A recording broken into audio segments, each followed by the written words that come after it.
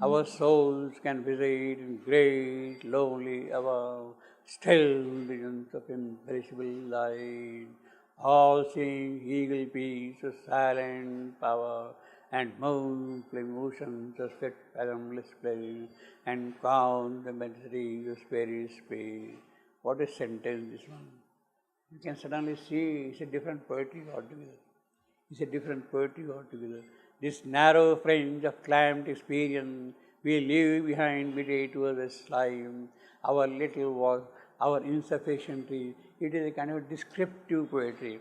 But the moment you come here, our souls can visit in great lonely hour, still regions of imperishable light, all-seeing eagle peaks of silent power, and moon flame oceans of swift fathomless play, and calm the messenger of spirit space.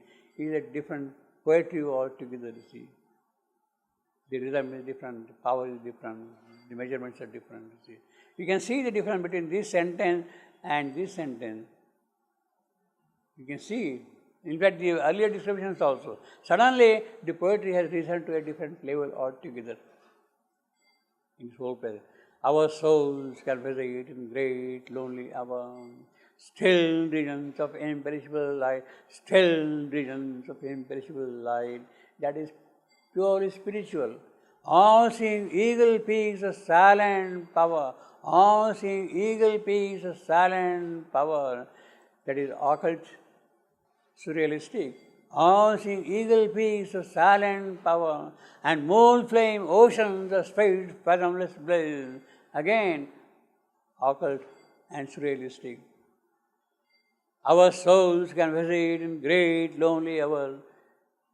That is spiritual descriptive. Still regions of imperishable light, absolutely spiritual line, you see.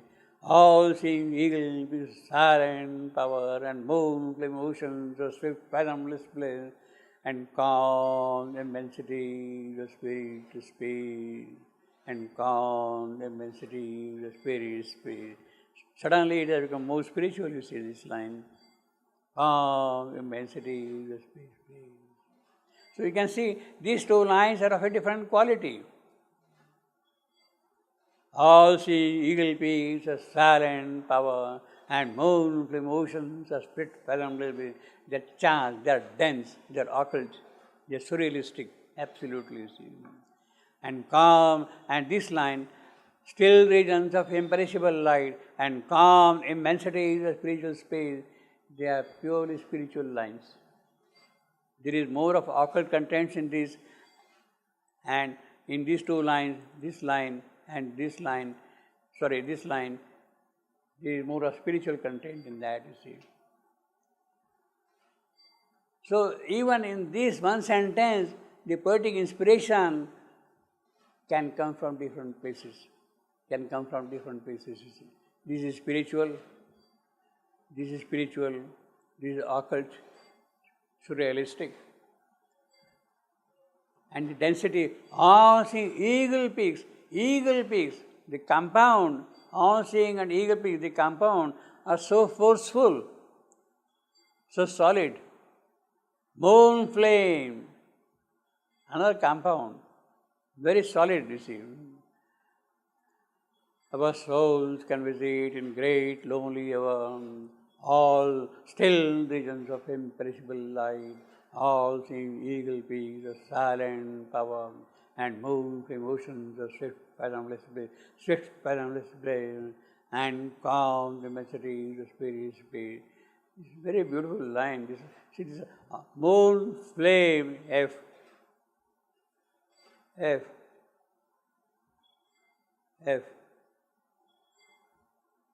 The iteration of F is very beautiful here. And moon flame oceans of swift fathomless bliss. See, it has to be swift here. It can't be any other adjective.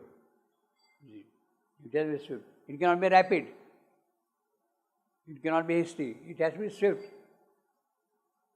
And moon flame oceans of swift fathomless bliss. Moon flame. Now you can imagine yourself what that moon flame is. It is the intensity of Ananda. Moon stands for Ananda. So much joy, delight, that is what the moon stands for. Ananda, delight, joy. Soma, Soma, that is the word in Sanskrit. Moon, Soma. Moon flame, intensity, flaming, bright, intense. Oceans of bliss. So that is the character of moon, of bliss. All-seeing, eagle peaks. A silent power, eagle peak. All-seeing, from that peak you see everything. The whole panorama is visible to you. Eagle is a bird with the strongest wings, and it is a bird which can fly at the highest height. See, our sparrows and crows and little birds, parrots, they'll fly here. Then there'll be other kind of bird. There'll be other kind of bird. Ramayana describes 7 types of birds, starting from sparrows to eagle, to vultures. And the vulture says, I belong to that category which flies at the highest level, at the highest height. See, the episode in Ramayana is Sita has been abducted by Ravana, and now Rama is on the way to find out where she has gone and all that thing, you see. Then he meets Hanuman, Sugriva and many other people like that. And then he goes to a place, Hanuman goes to a place where he meets a bird called Sampati. Sampati is the brother of Garuda who was killed by Ravana when he was trying to snatch him back, you see. So Ravana had killed Garuda, you see. Sampati is his brother. So Hanuman tells Sampati about the entire episode, what had happened. And then Sampati, he belongs to the category of vultures, eagle, Garuda, you see, eagle. He says that I belong to that category of birds which fly at the highest level. And from that, my eyes are so sharp, I can see far distances, silent peaks, all seeing. I can see far distances from that height. And with my eyes, I see that Sita is in the Ashokavana in Lanka. I am climbing up on such a height. From there, I can spot Sita there, and I noticed that she is there. And therefore, the path is known now to Hanuman how to proceed further, you see. So, Sampati has spotted Sita with his eyes, and he is telling him now, okay, you proceed with your work, you see. Hanuman goes there, you see. So, all seeing, so that is the quality of the eagle or the bird, you see. Still regions of imperishable light, all seeing eagle peaks. So, that is the eagle peak, wherefrom you can see every dominion, every world. So, Shivan has utilized it very powerfully that you have now a spiritual sight by which you can see everything in creation.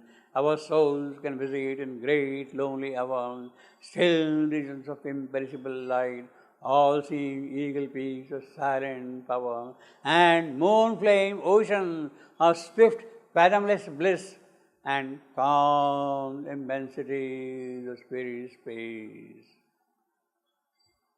What a sentence, you see. Absolutely no. Yeah. In the unfolding process of the self, now this is what is happening. In the unfolding process of the self, he has described experiences, now he is describing some details of that experience. In the unfolding process of the self, sometimes the inexpressible mystery elects a human vessel of descent. The inexpressible mystery, because she is a mystery, not only mystery, she is inexpressible. How she does it, in what manner she does it, what for she does it, that remains a mystery to us. We can't speak of that at all, you see. Sometimes that mystery elects a human vessel of descent. Now, what is that vessel, that human vessel? In the unfolding process of the self, great personalities come and they really take the evolution forward in a very decisive manner. Very decisive manner. They are beings, there are rishis, there are great prophets. On them, there is a descent from the highest source possible. And when they do something, then in the process of the self, something different happens. They have selected a person, and in them, in the prophet, in the rishi, in what we may call vibhuti, avatar, when that descent takes place, then things start changing. Unfolding process of the self. Sometimes the inexpressible mystery elects a human, chooses a human. Why Moses come? Why this man come? Christ. Why they come? They are the vessels at that moment. Erect a human vessel of descent. A breath comes down from the supernal air. That is the descent. A presence is born. A guiding light away. Chaitanya, Vivekananda. They are great people. They have changed this destiny of nations, destiny of humanity completely. A breath comes down from the supernal air. A presence is born. A guiding light away. A stillness falls upon the instrument. Fixed sometimes like a marble monument, stone calm. The body is a pedestal supporting a figure of eternal peace. Body is a pedestal supporting a figure of eternal peace. That is Buddha. Buddha's body supporting eternal peace. It is there that the descent has taken place. Has chosen, has elected that person for descent, you see. A stillness falls upon the instrument. Yes, that is what happens. A stillness falls upon the instrument. Fixed sometimes like a marble monument. Stone calm. Yeah, you see the statue of Buddha in the caves, huge, big, massive statue, you see. You really feel the whole place filled up with peace. Bright, luminous peace, solid peace like the statue itself, you see, completely. A body is a pedestal supporting a figure of eternal peace. It can bear that eternal peace, you see, in that way. Or either that happens, or a revealing force space blazing in out of some vast superior continent. Knowledge breaks through, telling its radiant to see, and nature trembles to the power, the flame. So either you have a person of peace, or you have an active force working here, see. Dynamic force working here, see. In the great moments of history, it is that force which works, you see. A greater personality sometimes possesses us, which yet we know is ours. Possesses us, that greater personality is ours, you know. Or we adore the master of our soul. Yes, suddenly we admire him and worship him and offer obeisance. Then the small bodily ego thins and falls. When you see such a person, such a descent taking place in a ready vessel, then the bodily ego thins and falls. It is that disappearance. No more insisting on his separate self. Bodily ego does not say, I, separate, independent of himself. No more insisting on his separate self, losing the punctilio of his separate birth. It lives as one with nature and with God. When that ego has disappeared, has gone away, then we are left one with nature and with God. That ego has gone. Losing the punctilio.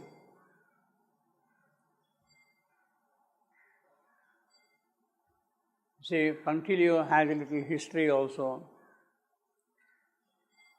In Spanish and Italian, social systems. A punctilio is a self-conscious noble, self-conscious lord. Yes, I am something. I want to protect my dignity. I want to protect my prestige. That is the punctilio, you see. I want to protect my dignity, my punctilio. Punctilio also means punctum, means stop. Small point. Small point. Punctuation comes from that. Punctum. Small point. After all, what is ego? It is a small point. When that loses its existence, then leaves us one with nature and God. We are one with nature and God. When that ego is not present there, it is at that point this happens with you. Then the small bodily ego thins and falls. When we adore the Master, then the ego falls. No more insisting on a separate self, that punctilio, I am of a noble character, this thing, that insistence is not there now in him, you see. The punctilio of the separate birth, the point of separate birth. I am something special. Separate here means kind of a special birth. I am something unique. See. It leaves us one with nature and with God. When that ego has gone away, in moments the inner lamps are lit, in moments the inner lamps are lit, and life's cherished guests are lit outside, our spirit sits alone and speaks to its ground, to its depths, to its depths. Our spirit sits alone when that ego is not there. When the inner lamp is lit, the ego is not there. The inner lamps are lit, then life's cherished guests are left outside. Who are the life's cherished guests? We cherish them, life's guests. Who are our life's guests? We entertain them, we feed them, we nourish them also. Ambition, lust, greed, rivalry, these are our cherished guests, you see.